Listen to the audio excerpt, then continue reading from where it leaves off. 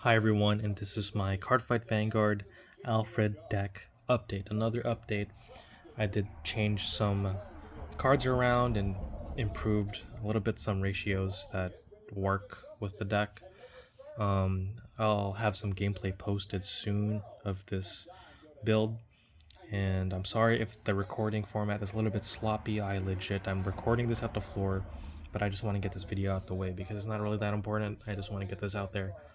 Sorry if it's not that great, but it's a Vanguard deck list. I don't know what else to be professional on. It's just a card game. However, hope everyone is having a blessed day. So we're just gonna start this profile. So 4 of the Aichi icon Alfred. This is the card that holds everything together. It's a good thing to set up your board with the Akane column. Mainly your rear guard is the Akane stuff because she gets more of a high number since whatever high beast boosts with her, she gets 5k, so she makes good numbers. And then on a grade, if your opponent's on a grade 3, Alfred gives both units that are called 5k extra. So she's a 33k by herself with Persona Ride, 43k with Lyle, 53k. Basically, you want to share power with the units and just chain off power gain, which is really cool. 2 Jewel Knight Ashley. I bumped her to 2 so I could call out the Jewel Knights more, and she's a great attack extender. Rather, Alfred being 3 attacks, it could be like more, 4 attacks or 5 when you have both of her in the rear guard. So you could have both of her. You attack, place something on top of her, attack with that, attack with this, place something on top of her, attack with it, and then attack with Alfred, place a whole column, and attack with that. And it's really good, and she gives whoever's placed on her crits. So if you need any crit pressure rear guards, then you have it. And she is better with the Persona Ride Alfred, with the 10k being in the front row. So she will be hitting for 23k. If boosted with an 8k, it's going to be like a 31, I believe. Yeah, 31, which is a pretty good number for no force markers. 1 Soul Saver. I barely go into the Soul Saver turn. Chaining the Persona Ride with Alfred is good enough with the Ashley, but with the Galatine, this is very powerful and it gets the most numbers. So this is still very good being run just in case if there's no other finisher.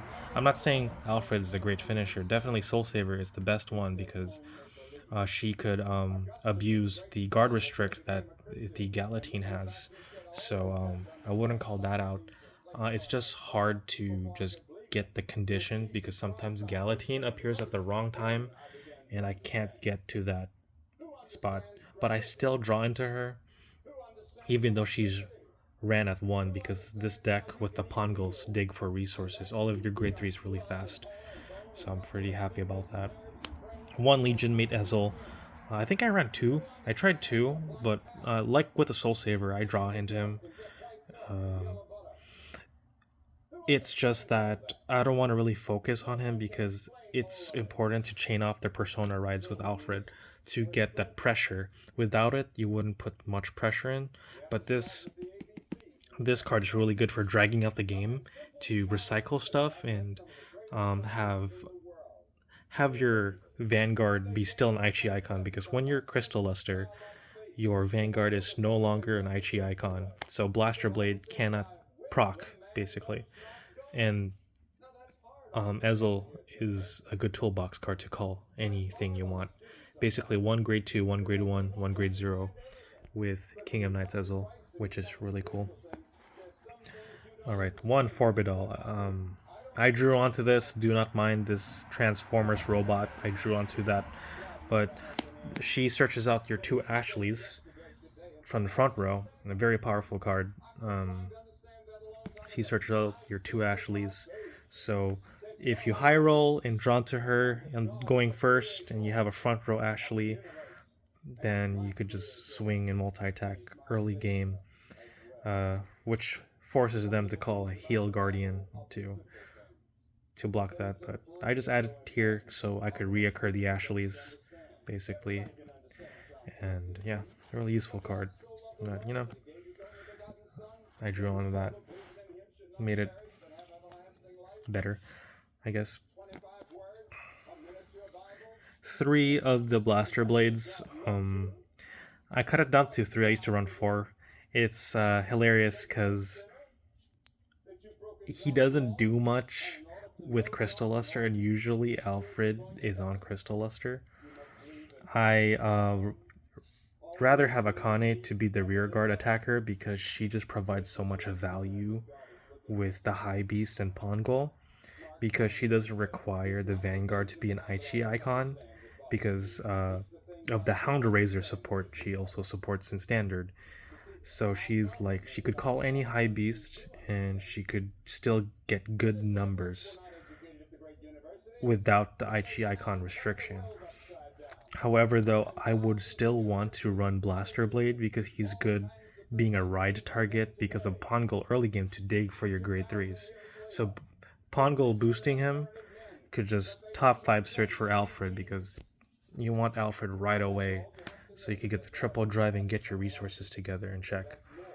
And of course, like in late game, Akane is going to carry the load when it comes to Aichi icon call targets from Alfred, since you could just straight up call a Akane and Pongol column and dig for more heal guardians because you want as much defense in this deck as possible, since Royal Paladin has not the greatest G guards, but it's able to dig for defensive units because of the Pongol.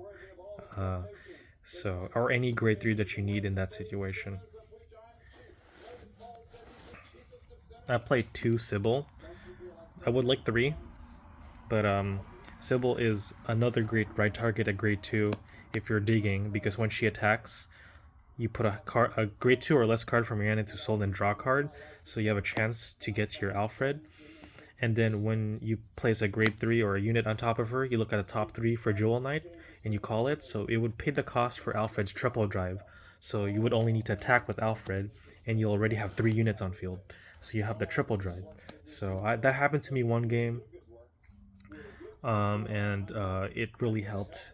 So if you hit the Jewel Knight from the top 3, then that's cool.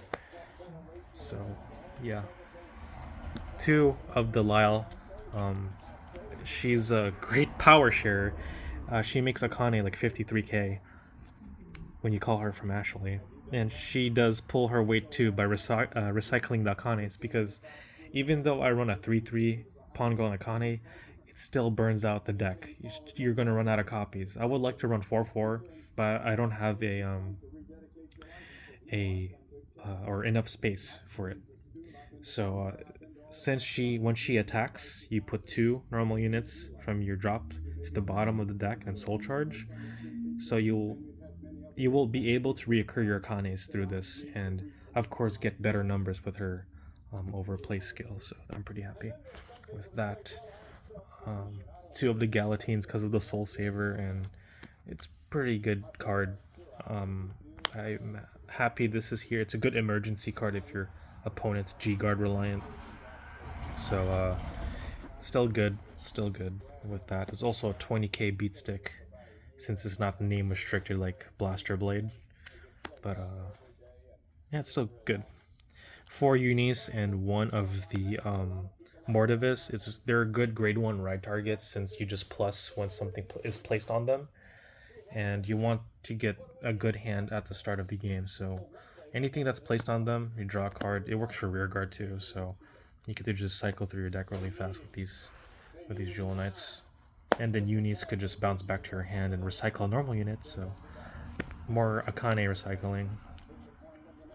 3 pawn gold. This is the top 5 searcher for grade 3s. You can't add Regalis piece, but this card just saves to get Alfred early game. So what if this boosts Aichi icon unit? You put into soul top 5, so it's like an ordeal dragon, but for Aichi icon. But instead of top 7, it's top 5. And this is the Akane cold target. 2 of the Gidaris. Um, really great card. Just bounces back Akanes to your hand and your Blaster Blades or your Jewel Knights, so you could use them next turn, and it just buffs your shield up. Usually the pattern I do is, I dismal important units, unless they just straight up retire it in the main phase. Dismal important units. Then I use this, remove the heal, intercept with them, and it's like a 53k guard, and then add them back to my hand. Add the grade 2s that are intercepted, because he gives that skill where it, and when they intercept, they get plus 10k shield, and they bounce back to your hand. One Assault for the Marin. So just Marin could just do a PGG guard. Sanctitude. And the trigger lineup is still the same. It's Drive Check OT, Flow Goal, Assault PG, 4 Heal Guardians, and Crit Stride Fodder, and then Scion Rider for counter charge. So, yeah, that's it for the deck. I am open about running the defensive crit instead of Scion Rider. Scion Rider is not used much. However, if I go into the Legion state with Ezel, it's definitely a help to call him out. So anyways, the G Zone is the same. It's the same. Crystal Luster, the Marins, the what's it called? Morgause, yeah. And Dismal. Dismal's the MVP. Definitely. But it's mostly Crystal Luster gaming here, and sticky situations, Knight of Twin Sword. But yeah. But anyways, guys, God bless you all. I hope you guys liked the deck list. I'm still improving it little by little. There's still options I would like to see, especially that Soul Saver Virgila dragon that could give all of the units 5k power. So I'll see about that. But anyways, guys, God bless you all. Stay in the faith and stay strong, guys. Thank you so much. See ya.